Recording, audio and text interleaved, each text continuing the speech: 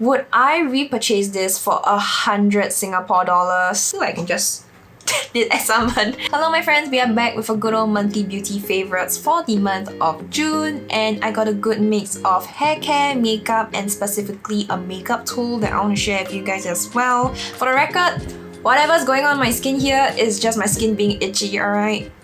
Record straight, okay? And without further ado, let's get into it. Let's start off the makeup tool, and we have this Filimilli Brush over here. This is in number 882, and it's like their S line if I'm not wrong.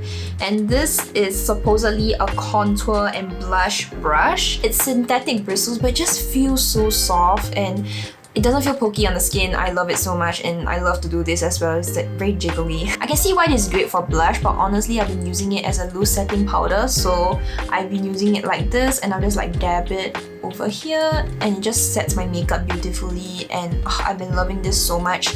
I paid about 15,000 won for this brush, and it does come with a case like this, and I think the case is also of good quality plastic, and you just lock it in like this, and it keeps the brush clean, everything. I must say that this brush is kind of long. Like, do we see? We see how long it is? So I can just did examine. Moving on to hair care, we got two products over here. I got one from LUSH and one from Mise. Let's talk about the LUSH one first. My current fave, it's the Super Milk Leave-In Conditioner from LUSH. Now this is actually TikTok viral apparently, purely from the scent, which citrus, almond milk, gourmand scent. Which honestly, for a leave-in conditioner, you wouldn't think of the scent as number one thing, right? I usually spray this maybe like 3-4 times on my hair, and it just lasts throughout the entire day. Even in Singapore's hot, humid weather, the scent still stays, which is quite surprising because a lot of fragrances, usually they don't last in this type of heat. It does help to hydrate the tips of my hair because I did get a perm while I was away in Korea, so my hair was a little bit frizzy when I came back, and this helps with the tips of it, so I've really been enjoying this. I paid about 60,000 won for this, so it's about plus minus 61-62 Singapore dollars. I found out that this costs 100 Singapore dollars now. That's like luxury price. I don't know, but that's crazy honestly. But would I repurchase this for 100 Singapore dollars? Because I've used this for about 2 months at the point of like recording this. I've only used up like this amount, so there's still a significant bit. We'll see how long this lasts. And this hair oil from Mise, this is in the old packaging. I got this maybe like late last year where it was like on 1+1 offer, and only recently did I open this, so it's still pretty fresh, still good honestly.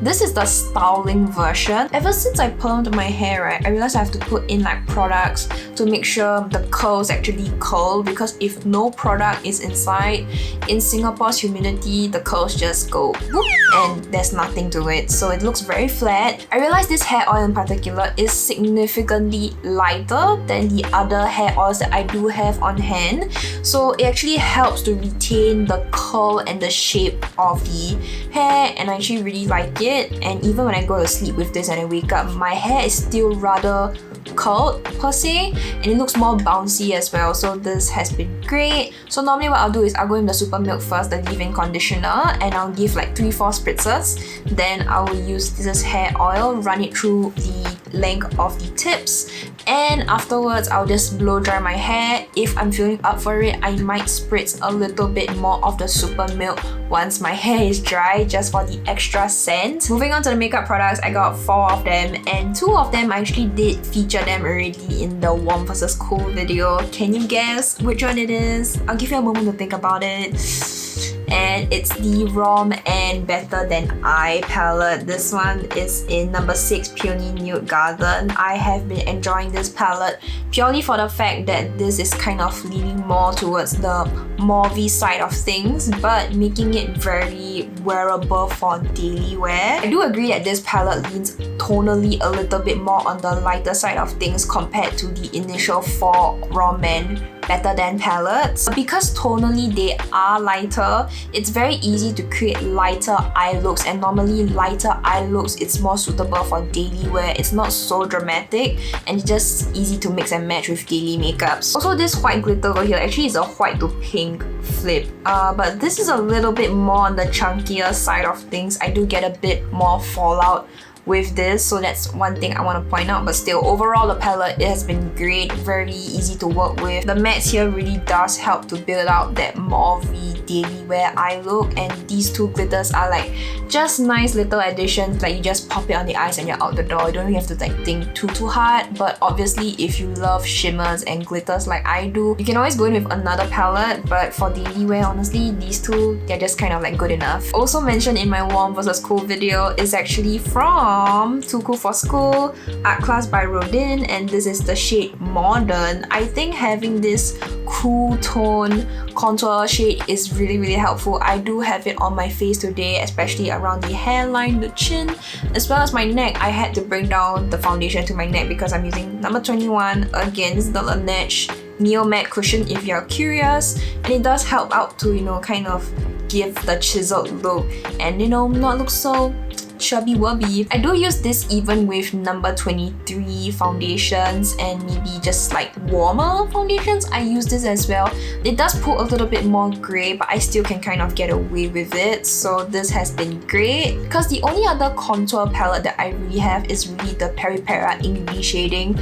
That one I have in number 1 Almond Brown, and that leans quite warm when I compare this side by side. The powder of this product actually works so smoothly on my skin. Like you can see, there's no harsh lines, nothing looks patchy whatsoever, so this has been a great alternative whenever I want to do cool tone looks. This next product, I believe I have not mentioned it on my channel just yet. So this is the Bling Glow Mix and Match Concealer. It's a concealer palette, and this has been great for concealing my pimples, my dark under eye circles, and I actually brought this with me to Korea. So these two colors have been great in helping to color correct my dark under eye circles. You guys know my ride or die is the Fenty Beauty eye brightener. That one is still the best, but when I'm in a pinch and I need like concealer and everything to cover up, this has been great. I think this has been touted like oh, you're supposed to use this to fatten up your like aegyo or something.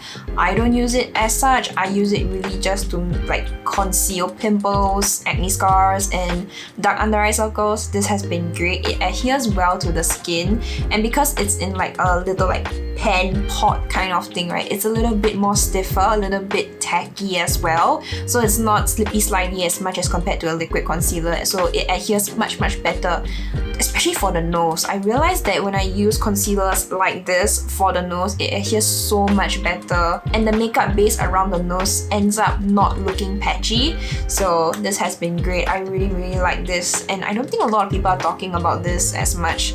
Should I do a review on this? Let me know. Recently, I've been very curious about powdered foundations. Like a lot of people are like talking about it, how it's slowly coming back into trend apparently. I've always been the cushion foundation girly and the liquid foundation girly, so hearing like, ooh, powdered foundations, I wonder how will it wear for me, especially I got very like normal to dry skin in Singapore's humid weather, so it's a bit like, will it really work for me? So recently I got this in a PR drop from 1028. It's a Taiwanese makeup brand, and this is the oil block, and this is the baby pink one, which is now the beige color one. So this is what you get. Unfortunately, this is the one and only shade you get. So this is a beige apparently, and this is how it looks like. For my skin tone, I think I can use this when I have the darker foundations on. You can see there's the swatch over here. It does provide quite a bit of coverage for what it is. It really does help to lock in